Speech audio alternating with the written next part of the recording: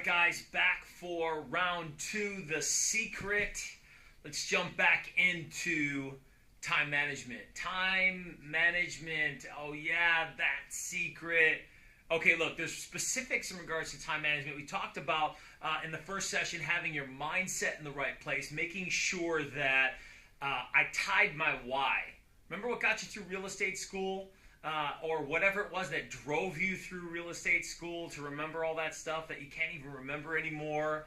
So what's your new why? Is it the same why?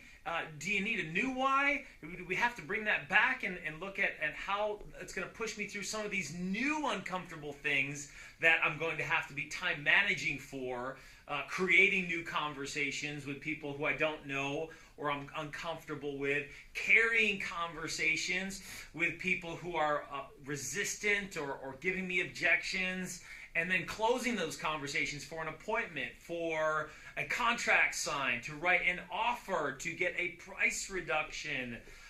Look, I'm time blocking for all of that stuff. So let's jump back in. I have your schedule must be specific.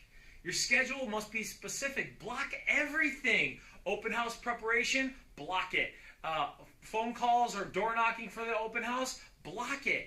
A role play for prospecting, block it. Role play for presenting, block it. Sphere of influence, block it. Follow-up calls, block it.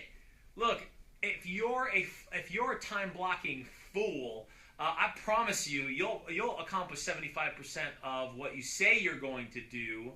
And in Gary Keller's book, The One Thing, he talks about if you write something down, you're 36.5% more likely to achieve it if you just write it down. That's time blocking, right?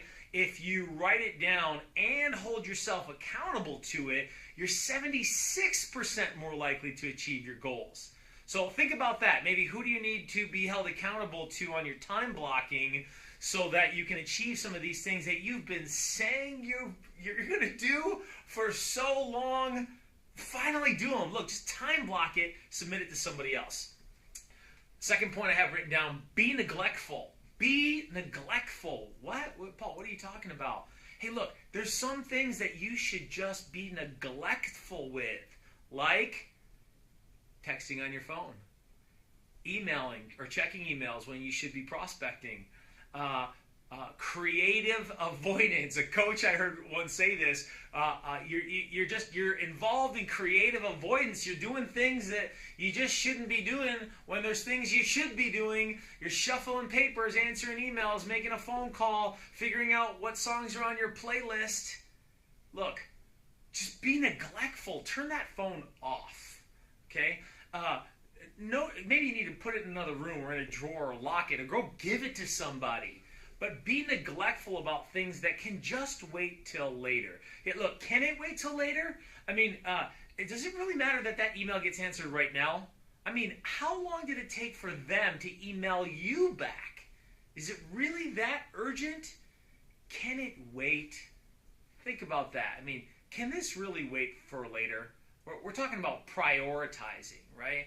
And when I'm intentional about prioritizing, then time blocking becomes much more efficient.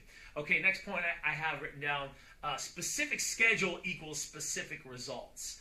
Random schedule equals random results, random income, right? Don't you want specificity, consistency with your paychecks? Then be specific with your time blocking. Now, look, you've already done this successfully because you've had an employer be intentional with you about when you're going to show up, when you're going to take a break, when you're going to go to the bathroom, what you're going to say, when you're going to say it, when you're going to go to lunch, when's your afternoon break, who do you call when, who do you contact when, what do you do when.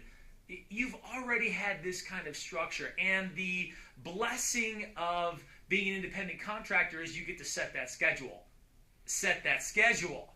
Now, the curse of an independent contractor is that you're an independent contractor. Like we get weaselly, we get wiggly when it comes to holding ourselves accountable, and then we're wondering, why haven't I had a paycheck in 3 months? So be specific about time blocking and specific about the schedule and the results that you're looking for so you can get those specific results. Man, I had so much more to talk about, but I want to keep these videos to a digestible 5-minute format. So look, so much more to talk about on time management. And if you just look, awareness is transformation. So as you start to think about some of these things and how you can implement them into your business, and you start to put some of these things into place, you'll start seeing some of these changes slowly and gradually. And look, give yourself some grace. Okay, you're not going to do everything you say you're going to do 100% of the time. What if it was just 75% of the time? What would your business look like then? What little changes could you more consistently and persistently start seeing in your business to start seeing improvements quicker, faster, more efficiently, so that those paychecks could come more efficiently? Look, time management, guys, I know it's not the sexiest topic, but it's an important topic that we have to talk about. And we will be. Thanks for your time. Make it a great day. Go make some money. This is exclusive.